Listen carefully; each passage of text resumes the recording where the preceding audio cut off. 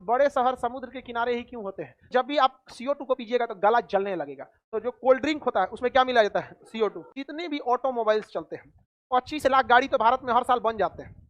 Engine में एक catalytic converter लगा देता है और वह इंजन का कैटेलिटिक कन्वर्टर, ये क्वेश्चन सीडीएस में पूछा था, ध्यान से समझिएगा। लेकिन समुद्र अपने 95% क्षमता को सोख चुका है। अब समुद्र सरेंडर करने वाला है, अब ना होगा यहाँ पर। वो बर्फ पिघलेगा तो समुद्र का लेवल उठेगा। तो आप कहना चाहते हैं कि ऑक्सीजन सिलेंडर में, घर के एलपीजी सिलेंडर में मीथेन क्यों नहीं रख दिया जाता? यही ना, इतना घुमा के काहे पूछ रहे हो? तो सिंपल सा क्वेश्चन था, एलपीजी सिलेंडर में ब्यूटेन और प्रोपेन के जगह पे मीथेन क्यों नहीं यूज करते हैं? मीथेन बहुत तेज आग पकड़ लेता है। समझ में आ गया कि नहीं आ गया?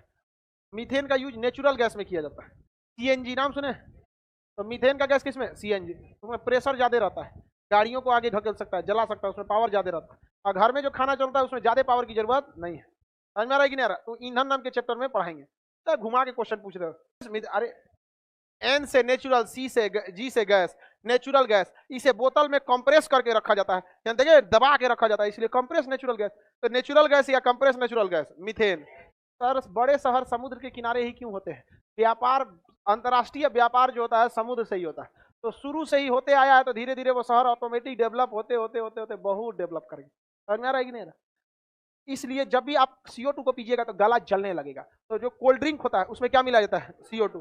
कोल्ड ड्रिंक में, कोल्ड ड्रिंक देखते हैं गला जलता है, कोल्ड ड्रिंक में गला जलता है। और वही अगर सॉफ्ट ड्रिंक रहेगा तो उसमें CO2 नहीं मिला। मैंगो फ्रूटी नहीं मिला था, माजा नहीं मिला, कोको कोला, थम्स अप हुमच देता।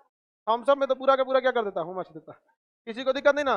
तो CO2 हो गया किस चीज के लिए? कोल्ड ड्रिंक के लिए। में CO2 बनाता है। हम लोग जो ग्लोबल वार्मिंग हो रही है, जिसे हम लोग ग्रीन हाउस कहते हैं, क्या कहेंगे? ग्रीन हाउस, ग्रीन हाउस या फिर ग्लोबल वार्मिंग। ग्रीन हाउस या ग्लोबल वार्मिंग, ग्रीन हाउस या ग्लोबल वार्मिंग, इन दोनों के लिए कौन सी गैस जिम्मेदार है? CO2। देखिए, ग्लोबल वार्मिंग या ग्रीन हाउस को अच्छे से समझिए, ये सवाल आपसे ज्यादा पूछेगा क्योंकि ज्वलंत मुद्दा है। ग्रीन हाउस या ग्लोबल वार्मिंग उस कंडीशन को कहते हैं जब उमस जो होता है ना, उमस एक जगह बना रहता है, उमस को ही हम क्या कहते हैं? Global warming. छोटे लेवल, जैसे कोई एक कमरा रख दीजिए, कोई कमरा है जैसे क्लासरूम या कोई कमरा में एग्जॉस्ट फैन बंद कर दीजिए और फैन बंद कर दीजिए, पंखा बंद कर दीजिए, तो आपको थोड़ी देर तक कोई दिक्कत नहीं होगा। लेकिन जब उसमें 10-15 आदमी को घुसा दीजिएगा, 5-10 मिनट रुक जाइएगा, तो ये जो CO2 हम लोग गैस छोड़ते हैं नाक से, वो गर्म होती है। ऐसे देखिएगा क्या होता है, गर्म होता है। वो धीरे धीरे धीरे धीरे एरिया को क्या कर देता है? गर्म कर देता है। इसी को हम लोग कहते हैं ग्रीन हाउस। क्या कहेंगे? ग्रीन। लेकिन अगर ये ग्रीन हाउस बहुत बड़े पैमाने पे होने लगे तो उसे हम कहेंगे ग्लोबल वार्मिंग। क्या कहेंगे? Global warming.